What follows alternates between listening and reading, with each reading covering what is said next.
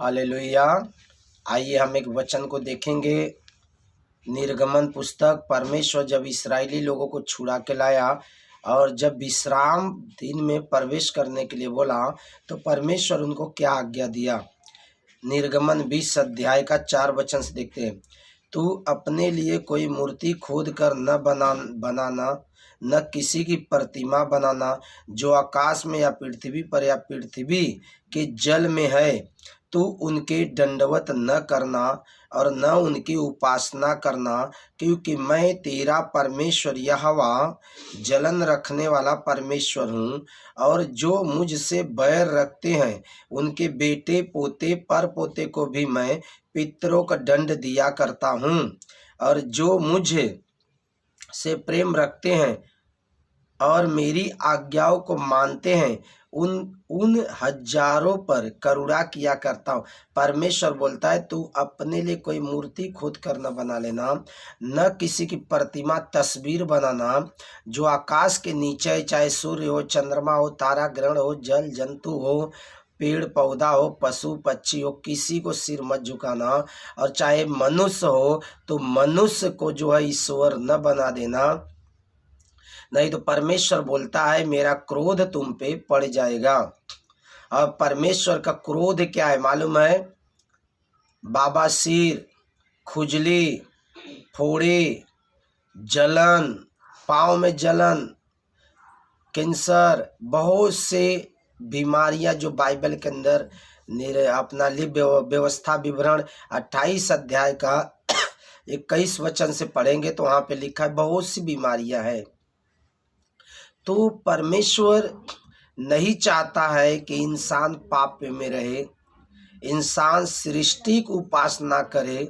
अगर सृष्टि की उपासना करेगा तो सृजनहार को भूल जाएगा, फिर वो स्वर्ग का जो सपना देखता है वो सपना अधूरा रह जाएगा।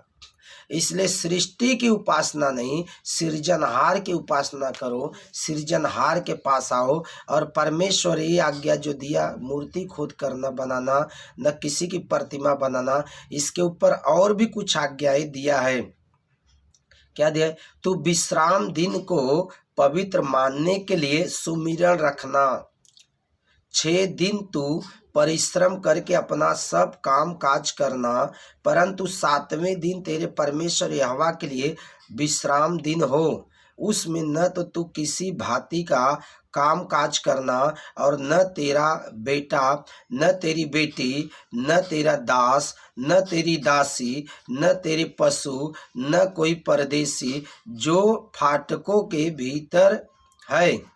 क्योंकि 6 दिन में यहोवा ने आकाश और पृथ्वी और समुद्र और जो कुछ उसमें है सब कुछ बनाया, और 7वें दिन विश्राम किया।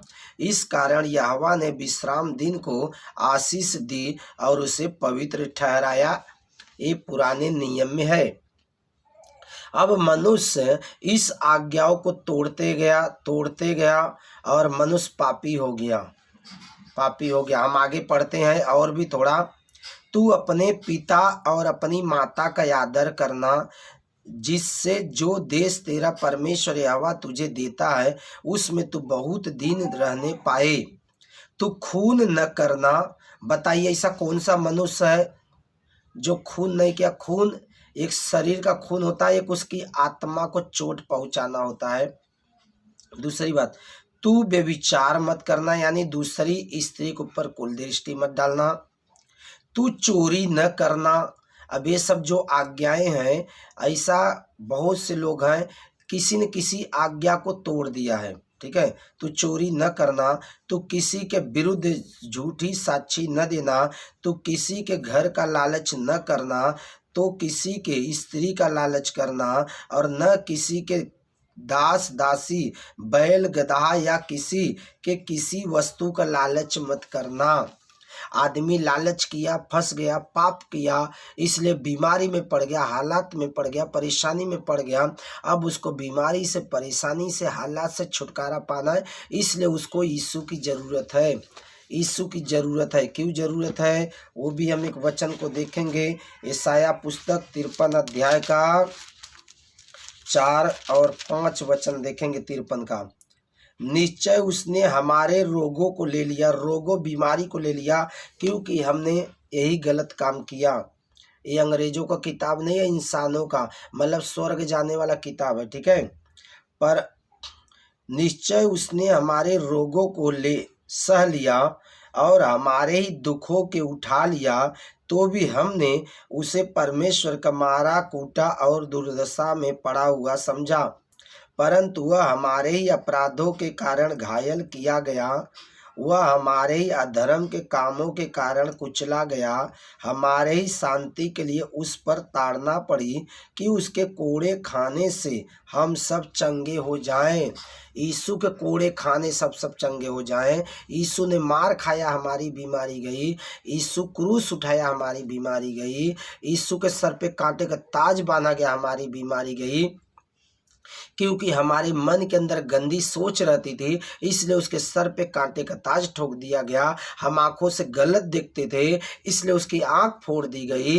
हम मुंह से गलत शब्द निकालते थे, गालियां निकालते थे, बुराइयां निकालते थे, झूठी साक्षी निकालते थे, किसी के विरुद्ध झगड़ा लगाने का काम करते थे, इसलिए उसके मुंह पे थूका गया और उसके मुंह पे चाटा मारा गया। हम पान खाते, गुटखा खाते, नशा करते, इसलिए उसको थूक के पिलाया गया। और हम नंगे होके गलत काम करते, इसलिए उसको नंगा करके मारा गया।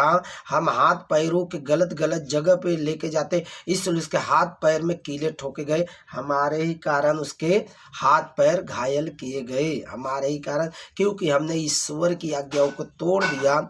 इसलिए ईश्वर ने यीशु मसीह पे हमारे अधर्म का बोझ को डाल दिया। अब जब जो यीशु मसीह पे विश्वास करते हैं, उसका गुनाह माफ हो जाते हैं, उसका गुनाह जो है यीशु मसीह पे चला जाता है और यीशु मसीह सजा सह लिया, अब हम पे सजा नहीं है। इसलिए हर एक इंसान को, चाहे देसी हो या विदेशी हो, चाहे इंडियन हो, पाकिस्तानी हो, अमेरिकन हो, लंदन हो, दुबई हो, जापान हो, रसिया हो, हर एक को यीशु की जरूरत है। बिगर यीशु का मोक्ष नहीं है, बिगर यीशु का आप स्वर्ग नहीं जा सकते, बिगर यीशु का शांति नहीं पा सकते, और बिगर यीशु का आप स्वर्ग नहीं जा सकते हो। क्योंकि यीशु आए, मरे और जी उठे और स्वर्ग गए, और बाकी जो पैदा हुए कोई भी स्वर्ग नहीं गया। इतिहास उठा के देख सकते हो। प्रभु आपकी आशीष करे। मैं वीडियो ज़्यादा बड़ा नहीं कर रहा हूँ। परमेश्वर आपको आशीष करे। धन्यवाद करते पिता परमेश्वर, जितने लोग इस वचन को सुनेंगे प्रभु, और जितने लोग हालेलुया प्रभु जी पिता इसमें मन लगाएंगे प्रभु, उसके अंदर पवित्र आत्मा की सामर्थ काम करे, उनका मन परिवर्तन हो, जीवन परिवर्तन हो। हालेलुया प्रभु, उनके ऊपर से बंधने टूट जाए, रुकावटें टूट जाए, यीशु के नाम में। तू संभाल, तू चला पिता यीशु के नाम में। आमीन आमीन। प्रभु सभी को आशीष करे। हालेलुया।